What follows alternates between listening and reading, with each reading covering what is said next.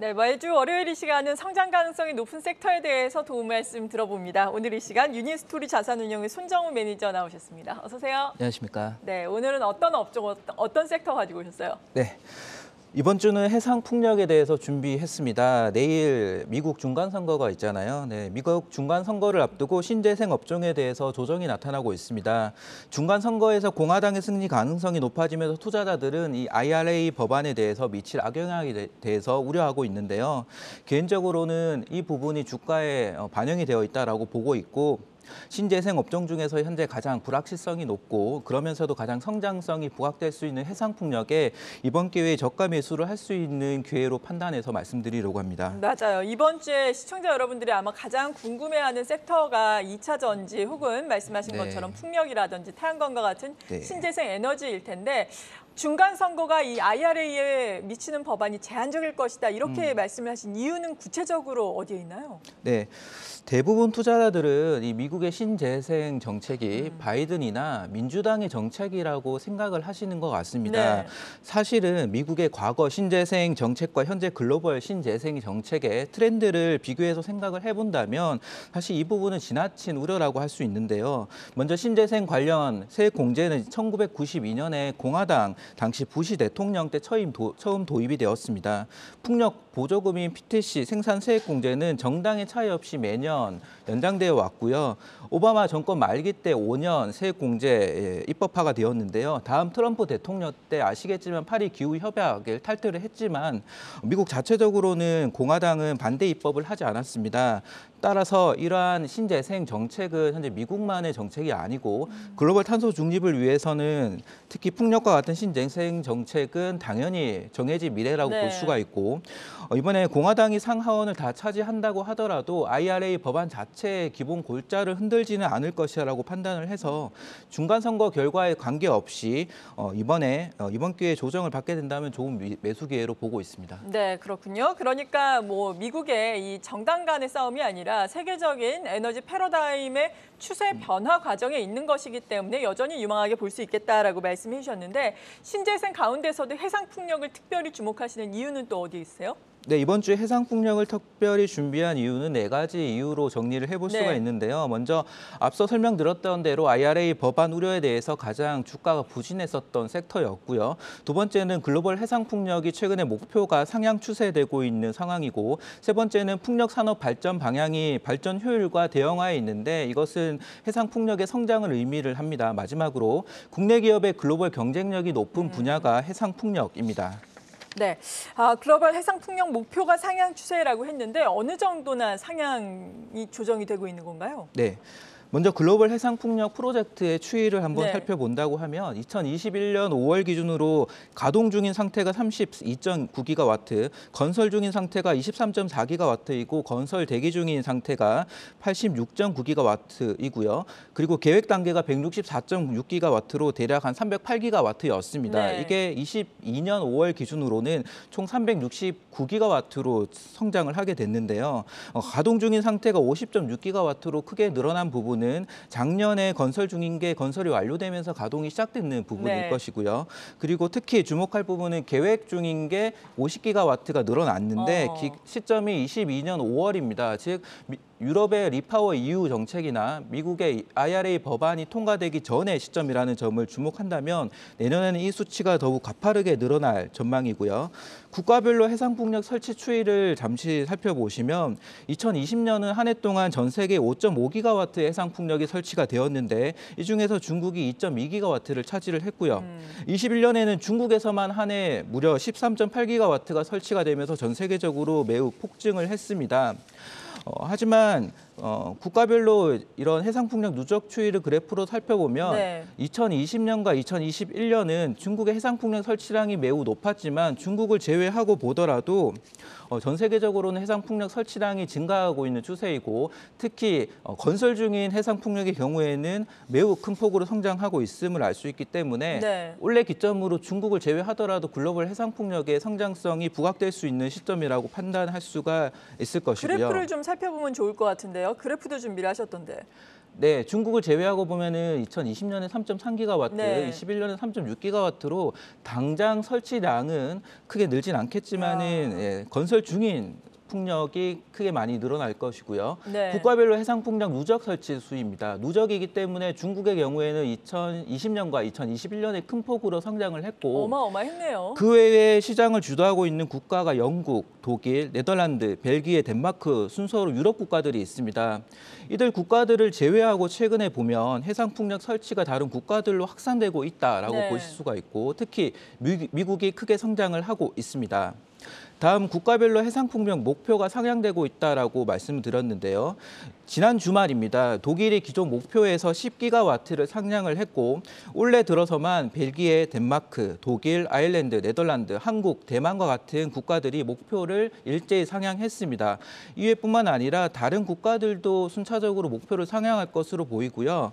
특히 유럽 지역은 2025년부터 해상풍력 설치량이 급속도로 성장할 것이고 앞으로도 여러 국가들이 목표를 상향할 것이기 때문에 주목할 필요가 있습니다. 네, 그렇군요. 그렇다면 풍력 산업 지금 발전 방향이 어떤 쪽으로 가고 있는지 이 부분에 대해서도 좀 말씀을 해주시면 좋을 것 같아요. 이러한 방향이 또 우리 업체에 유리한 것인지 궁금한데요. 네, 맞습니다. 풍력뿐만 아니라 태양광 경우에도 결국은 신재생은 발전 효율을 높여서 더 많은 전기를 생산하는 게 핵심이고요. 풍력의 경우에는 발전 효율을 높이기 위해서는 대형화가 핵심입니다. 네. 따라서 풍력 발전의 기술의 발전은 풍력 터빈의 대형화의 역사라고 볼 수가 있는데 2000년에 들어서 처음 풍력 터빈의 용량 2메가와트를 넘어서면서 크기를 비교를 해보면 자유의 연신상 정도 크기를 넘어섰다라고 보면 되고 예. 19년 이후에는 이제 12메가와트, 내년이면 14메가와트가 적용이 될 텐데요. 이렇게 되면 에펠탑의 크기를 넘어서게 된다라고 보시면 되고요.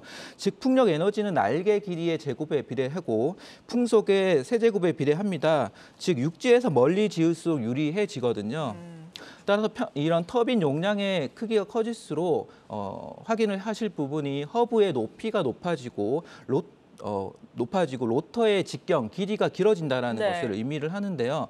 이 허브의 높이가 높아진다는 것은 즉 타워의 길이가 길어진다는 의미이기 때문에 그렇죠. 네, CS 윈드, 타워를 생산하는 CS 윈드의 매출이 성장될 수 있는 요인이 될 것이고 로터의 길이가 길어진다는 것은 국내에는 블레이드를 생산하는 업체가 없기 때문에 네. 이 블레이드의 길이가 길어질수록 그 하부를 견딜 수 있는 베어링의 크기가 커지게 됩니다. 그래서 그러겠죠? CS 베어링과 같은 업체들의 실적이 성장할 수 있다는 부분이고요. 글로벌 3대 해상풍력의 터빈 업체가 베스타스, GE, 지멘스가 있습니다. 이 세 곳의 회사는 결국 터빈의 대형화에 경쟁을 계속하고 있는데요. 2019년도에 지멘스가 처음으로 10메가와트 터빈을 적용을 했고 2020년에는 GE가 12메가와트, 그리고 내년에는 베스타스가 처음으로 15메가와트의 터빈을 적용을 하게 됩니다. 공격적으로 키우고 있는 네. 상황인데요. 결국은 이런 전쟁터에서 전쟁을 하고 있는 당사자들한테 각각 다 전부 다 공급을 할 수 있는 업체들은 당연히 성장할 수밖에 없다라고 볼 수가 있고 이들 세 업체와 모두 공급을 하고 있는 CS 윈드, CS 베어링과 같은 업체들은 성장 가능성이 높다라고 볼 수 있겠습니다. 네, 그러니까 우리나라 업체들이 잘 하는 것이 하방 구조물 이렇게 이해를 하면 좋을 것 같은데 이 밸류 체인에 대해서 보다 자세하게 설명을 해주신다면요. 네, 해상풍력 밸류 체인에 대해서 좀 더 자세히 네. 설명을 드리면 결국 이 해상풍력의 핵심은 터빈, 블레이드, 타워, 하부 구조물 4개의 구성으로 되어 있는데요. 네. 바닷물 속에 하부 구조물을 세우고 그 위에 타워를 세우고요. 그리고 터빈과 블레이드를 연결하게 되는데 글로벌 터빈 업체들은 이 블레이드까지는 내재화하게 됩니다. 하지만 타워나 하부 구조물, 베어링과 같은 기자재는 외주를 주고 있고요. 네. 여기에 국내 업체들이 담당을 하고 있습니다. 국내 타워를 만드는 업체에는 CS 윈드, 동국 SNC가 있고 하부 구조물을 만드는 업체에는 대표적으로 자켓을 만드는 상감 NNT가 있고요. 모노파일을 만들려고 투자하고 있는 업체에는 CS 윈드와 세아 제강 지주가 있습니다. 그리고 베어링을 만드는 CS 베어링과 태용이 있다라고 보시면 되고요. 육상 풍력과 해상 풍력의 가장 큰 차이점 하나는 하부 구조물에 있습니다. 네. 결국 바닷물 속에 하부 구조물을 추가적으로 만들게 되는 것인데 수심을 통해서 구분을 해볼 수가 있는데 60m가 넘어가게 되면은 이제 부유식이라고 해서 바다에 띄우게 되거든요. 근데 30m까지는 저희가 이제 모노파일을 적용을 하고 네. 60m까지는 자켓을 적용을 해서 고정식이라고 부르고 있습니다. 현재 상강 MMT의 경우에는 고정식 중에서도 자켓의 기술력이 상당히 전 세계적으로 높기 때문에 결국 해상 풍력이 성장할수록 최대 수혜주라고 볼 수가 있을 것이고요. 개인적으로는 CS 윈드에도 주목을 하고 있는데 모노파일에 투자를 하고 있습니다. 즉 CS 윈드는 기존의 타워를 만들고 있는데 모노파일까지 하게 되면 이 해상 풍력에서 수직 계열화를 이루기 때문에 가격 경쟁력이 높아진다라고 볼 수가 있겠습니다. 네, 그렇군요. 특별히 주목하고 계신 기업은 이에 따라서 CS 윈드라고 이해를 하면 되는 건가요? 예, CS 윈드에 대해서 좀 더 네. 설명을 드리겠습니다. CS 윈드는 아시겠지만 현재 글로벌 1위의 풍력 타워 업체입니다. CS 윈드는 글로벌에서 경쟁을 할 수 있는 업체가 현재는 스페인의 게스탐프라는 업체가 유일한데요. 게스탐프의 경우에도 미국에는 현지 생산 공장을 작은 규모로 보유하고 있기 때문에 미국 내에서는 경쟁이 사실상 되지 않는 상황입니다. IRA 법안의 핵심은 미국의 연간 와트당 3센트의 세액 공제를 받게 됨으로써 CS 윈드 경우에는 연간 2천억 원 이상의 크레딧 캐시를 받게 되는데요. 이 캐시의 성격이기 때문에 이 세액 공제를 통해서 추가적인 캐파 확대를 할 수 있게 됩니다. 즉 IRA 법안의 핵심은 기존에도 생산 캐파를 많이 보유하고 있는 업체가 이런 네. 크레딧 캐시를 통해서 추가적인 캐파를 확대할 수 있게 되는 것이고요. 그에 따른 경쟁력은 더욱 벌어지게 되는데 생각을 해볼 수가 있습니다. 해상 풍력이 성장을 하게 되면 배로 날라서 운송을 해볼 수도 있지 않겠냐라고 하는데 이 타워의 경우에는 육상 풍력보다 해상 풍력으로 갈수록 엄청나게 길어집니다. 그러면 섹션으로 부분으로 나눠서 운송을 한다고 하더라도 운송비 자체가 상당히 부담이 되고요.